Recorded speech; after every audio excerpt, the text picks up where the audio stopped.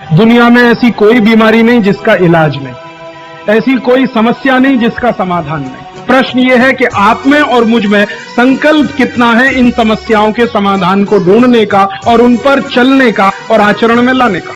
हिंदुस्तान में हजारों लाखों वर्षों से आटा ताजा बनाकर रोटी बनाने की परंपरा है कि नहीं। जो माताएं यहां बुजुर्ग हैं, इन्होंने अपना गांव देखा होगा, अपने गांव के घर की चक्की देखी होगी। ये चक्की पे मैंने थोड़ा रिसर्च किया कि ये क्या अद्भुत चीज बनाई है हमारे ऋषि मुनियों ने। ये दुनिया की ऐसी अद्भुत मशीन है जो आपको ताजा आटा तो देती ही है आपके शरीर की स्वास्थ्य के लिए, और आपके अंदर की मांसपेशियों को हमेशा फ्लेक्सिबल रखती है।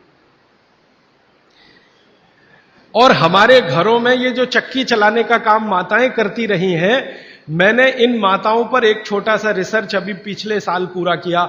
मेरे एक दोस्त हैं, आयुर्वेद के चिकित्सक हैं, उनके साथ मिलकर, वो गांव में रहते हैं। तो मैंने कहा आप गांव की कुछ महिलाओं पर अध्ययन करिए कि जो चक्की चलाती हैं, इनके बारे में जरा पता करिए।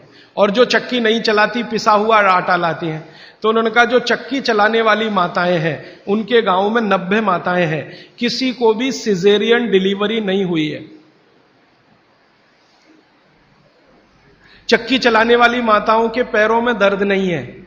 चक्की चलाने वाली माताओं को कभी भी कंधा नहीं दुख रहा है, गर्दन नहीं दुख रही है, नींद अच्छी आ रही है, डायबिटीज नहीं है, हाइपरटेंशन नहीं है, ब्लड प्रेशर नहीं बढ़ा है, 48-50 बीमारियां नहीं है। और जो माताएं पिसा हुआ आटा ला रही हैं, कैप्टन कुक, आईटीसी का, उनके घरों में डायबिटीज भी है, अर्थराइटिस भी है, हाइपरटेंशन भी है, ये भी है वो। तो मैंने वो वैद्य जी को कहा कि आप क्या मानते हैं ये जो चक्की चलाने वाली माताएं, ये ऐसा क्या विशेष काम कर रही हैं। तो उन्होंने मुझे समझाया, वो मेरे भी समझ में आया, आपको भी समझ। हम जब चक्की चलाते हैं तो एक दिन चला के देखिए तो आपको समझ में आए। सबसे ज्यादा दबाव पेट पे पड़ता है, हाथ पे इतना नहीं है, पेट पे दबाव है। और मां के पेट में एक एक्स्ट्रा ऑर्गन है जो पिता के पेट में नहीं है, जिसको गर्भाशय कहते हैं। ये गर्भाशय आपके पेट के बिल्कुल बीचों बीच हिस्से में। चक्की चलाते समय सबसे ज्यादा जोर वहीं है। और गर्भाशय के बारे में आयुर्वेद के सारे रिसर्च और आधुनिक विज्ञान के सारे रिसर्च ये कहते हैं कि ये गर्भाशय के आसपास के एरिया में जितना हलन चलन हो, उतनी इसकी फ्लेक्सिबिलिटी है। फ्लेक्सिबिलिटी माने मुलायमियत, अंग्रेजी शायद आप समझ जाएंगे। फ्लेक्सिबिलिटी, मुलायमियत, इलास्टिसिटी एक शब्द होता है अंग्रेजी में, इलास्टिसिटी। इलास्टिसिटी का मतलब जब चीज की जरूरत पड़े तो उसको तान देना, जब जरूरत पड़े तो उसको संकुचित कर दे। ये हमारे गर्भाशय का सबसे बड़ा गुण है। इसी गुण के कारण बच्चे का जन्म होता है। और ये गुण को बनाए रखने में सबसे बड़ी भूमिका है हलन चलन। वहां आसपास मांसपेशियां, उनका हलन चलन रहे। तो ये हलन चलन सबसे अच्छे तरीके से, मैंने खुद चला के देखा चक्की, ये सबसे ज्यादा पेट के हिस्से में ही होता है।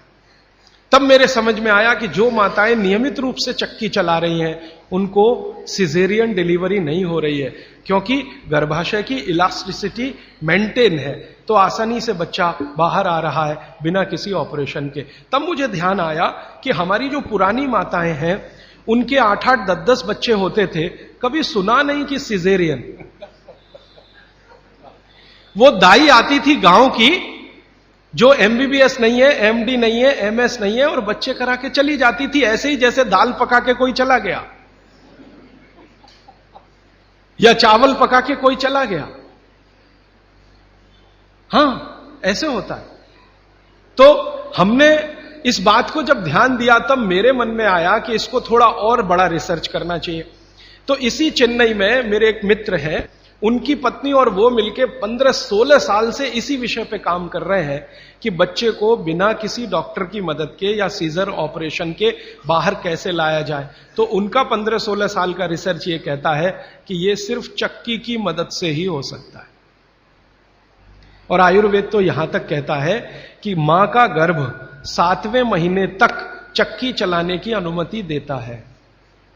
मां को 7वें महीने तक चक्की चलवाई जा सकती है, 8वें महीने में नहीं, फिर उसको बंद कर देना अच्छा है। और उतने 7 महीने की चक्की आपके लिए पर्याप्त है कि वो बच्चा बिना सीजर के हो।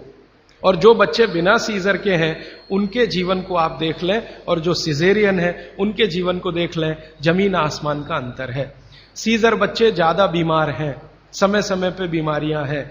जो बिना सीजर हैं वो सब स्वस्थ हैं, दुरुस्त हैं, तंदुरुस्त हैं। ब्रेन का डेवलपमेंट भी उनका अच्छा है, लॉजिक को डेवलप करने की कैपेसिटी, कल्पनाशीलता उनमें दूसरे बच्चों से ज्यादा है।